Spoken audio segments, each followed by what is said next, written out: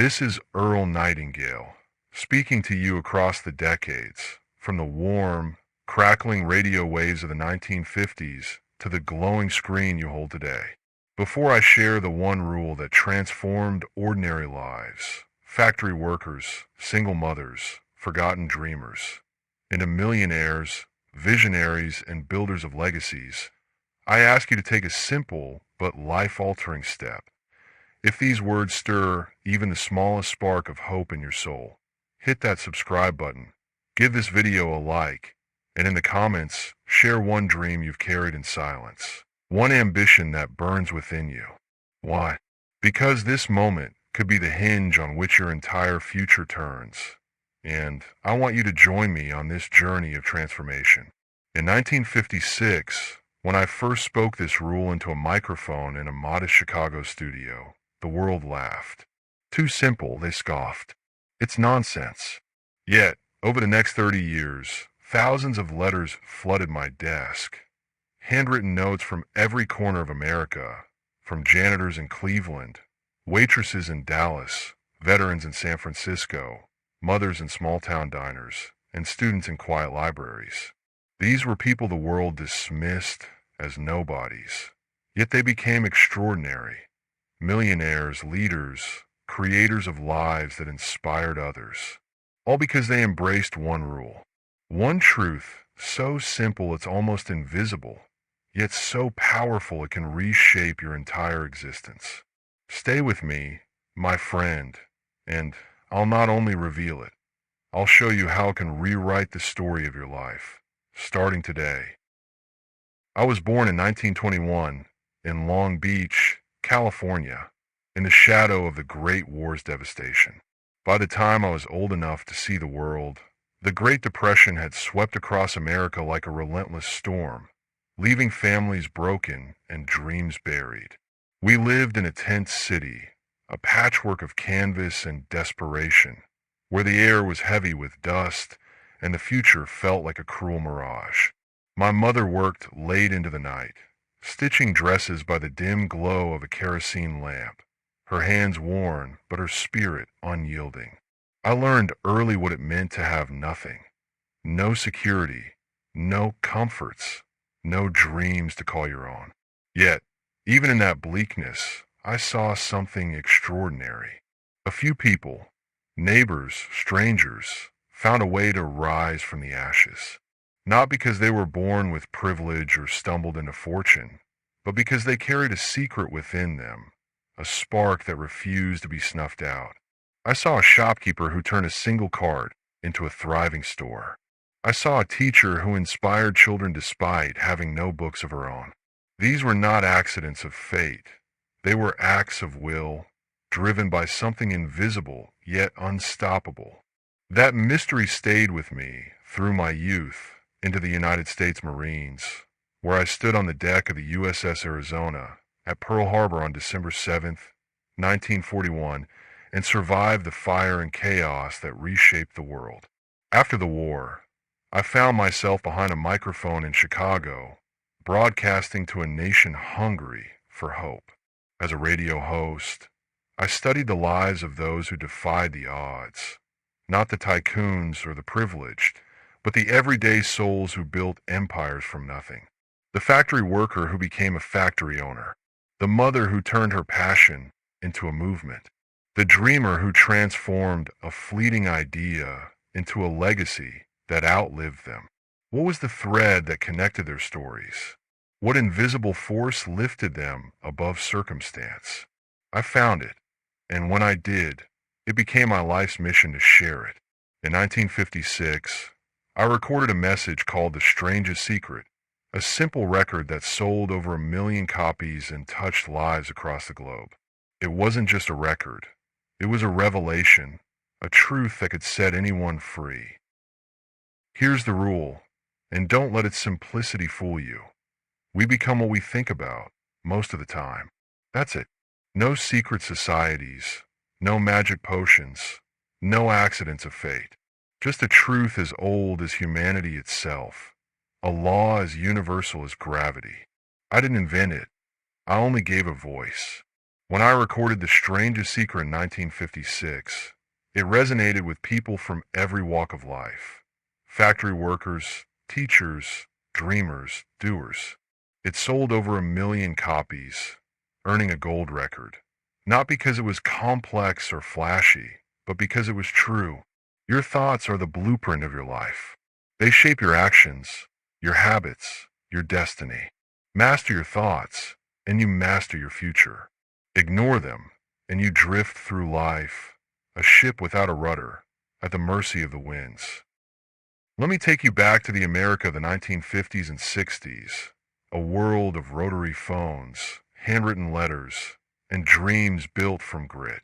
In 1958, a window washer named Tom in Chicago tuned into my radio show while trudging through snow-covered streets, his hands chapped from the cold, his bucket heavy with water. He heard this rule and decided to stop seeing himself as a laborer. Instead, he pictured himself as a businessman, standing proud in his own shop.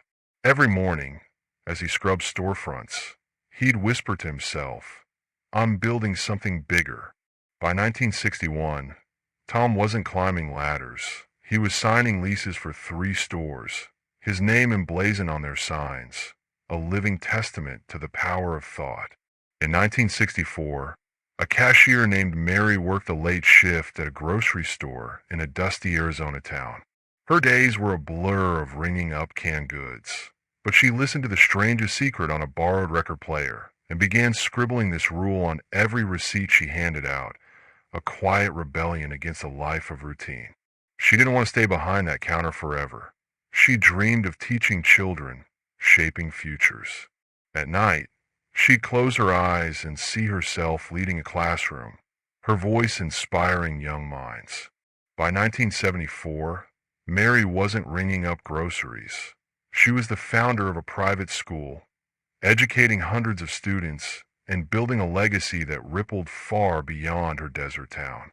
In 1967, a truck driver named James from Georgia drove long hauls under starlit skies, my voice crackling through his radio. He started repeating this rule like a prayer. We become what we think about.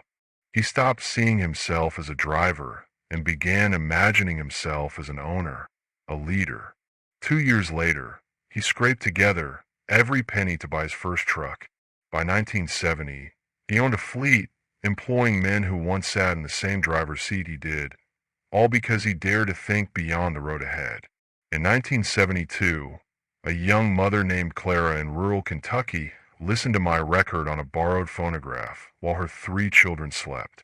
She was raising them alone, scraping by on odd jobs, but she refused to let her circumstances define her. She started thinking of herself not as a struggling parent, but as a creator, someone with stories to share. She wrote in the margins of her days, picturing her words in the hands of readers. By 1980, Clara's first book was published, and her stories touched thousands, proving that even the humblest beginnings can lead to greatness. And one more story. In 1969, a young veteran named Robert returned from Vietnam to a small town in Ohio, haunted by war and unsure of his place in the world. He heard this rule on a friend's radio and began to think not of his pain, but of his potential. He imagined himself as an inventor, solving problems for others. By 1975, Robert had patented a small tool that revolutionized local manufacturing, building a business that employed dozens and gave him a life of purpose. And in 1978, a librarian named Sarah in a small Missouri town listened to my record during her lunch breaks. She was surrounded by books, but dreamed of writing one herself. She started thinking of herself not as a keeper of stories, but as their creator. She spent her evenings writing, imagining her name on a book's spine. By 1985, Sarah's novel was published, and her words inspired readers across the country, proving that dreams don't need grand stages. They need focused thoughts. These are not myths or legends. These are real people, people like you, who harness the power of their thoughts and transform their lives. But here's the heartbreaking truth. Most people never use this rule. Worse, they wield it against themselves. They dwell on what's wrong, bills piling up, dreams slipping away, fears that grow louder in the quiet of the night. They think of scarcity, of failure, of I'm not enough, and so that's exactly what they attract. Your mind is a magnet, pulling in whatever you feed it most. It's working every moment of every day, whether you guide it or let it run wild. I've seen it too often.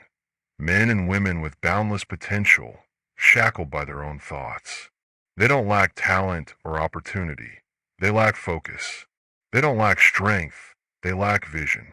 Your mind is a canvas, and every thought you entertain is a brushstroke painting your future. The tragedy isn't that life is unfair. It's that so few realize they hold the brush. They let fear, doubt, and distraction paint their lives instead of choosing colors of courage, purpose, and possibility. Consider this.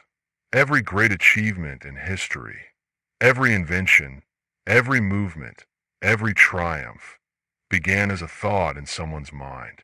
The Wright brothers thought of flight when the world said it was impossible. Edison thought of light in a world of darkness. But so did every failure, every regret, every missed opportunity begin as a thought. Your thoughts are not neutral. They are forces shaping your reality with every passing second. Every time you think, I can't, you're laying a brick in a wall between you and your dreams. Every time you think, I will, you're carving a path toward them. The question isn't whether your mind is working. It's whether you're directing it toward the life you want or the one you fear. You're watching this video for a reason. Maybe you're stuck in a job that dims your spirit, a routine that feels like a cage. Maybe you're carrying a dream that feels too big, too distant, too impossible. Maybe you've been waiting for a sign that it's time to change. This is that sign. This rule, we become what we think about, most of the time, is your invitation to take control of your destiny. It's not a loud fanfare or a fleeting burst of inspiration. It's a quiet, unshakable truth that can become a roar in your life if you let it. Start today, right now. Guard your thoughts like a fortress against invaders. When doubt creeps in, cast it out with determination. When fear whispers, drown it with courage. Close your eyes and picture the life you want. See it in vivid detail. Feel its weight in your bones. Believe it's already yours. Think like the person you dream of becoming. A leader, a creator, a force for good. When you think like them, you'll act like them. And when you act like them, the world will shift to meet you where you stand. This isn't about wishing or hoping. It's about choosing.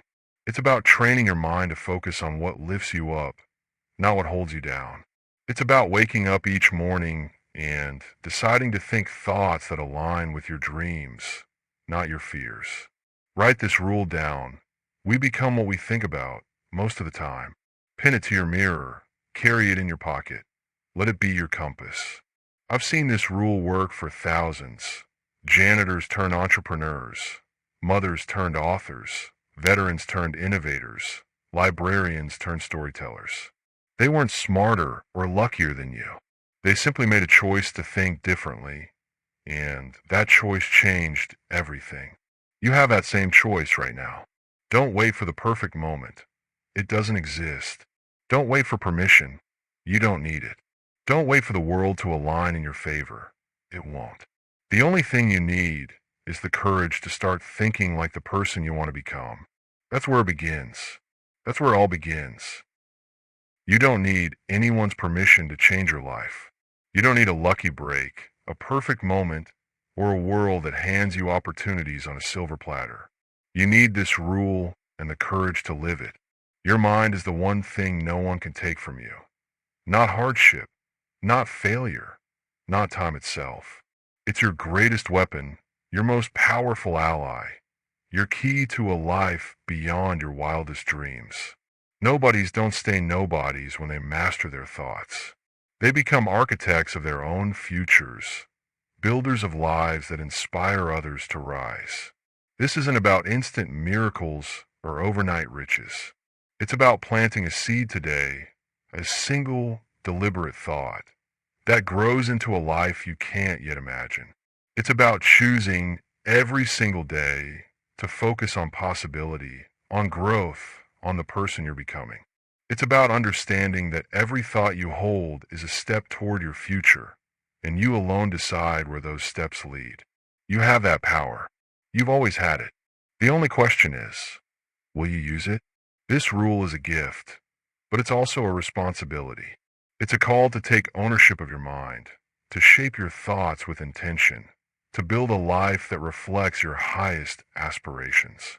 The world is full of distractions, doubts, and naysayers, but none of them can stop you if your mind is set. You are the captain of your thoughts, the architect of your destiny. Start now. Think now. Become now. This is Earl Nightingale, signing off, but not before I leave you with a challenge that could change everything. If this rule stirred something in you, a spark of hope, a vision of what's possible, don't let it fade into the noise of the world. Share this video with one person who needs to hear it, someone ready to rewrite their story. Hit that like button to send this truth further, to reach others searching for a way forward. Subscribe so we can walk this path together, week after week, as you build the life you're born to live.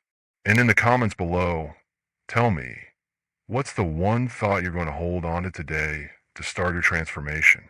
Your words could light a fire for someone else, maybe even for yourself. This is your moment, my friend. Think it, live it, become it.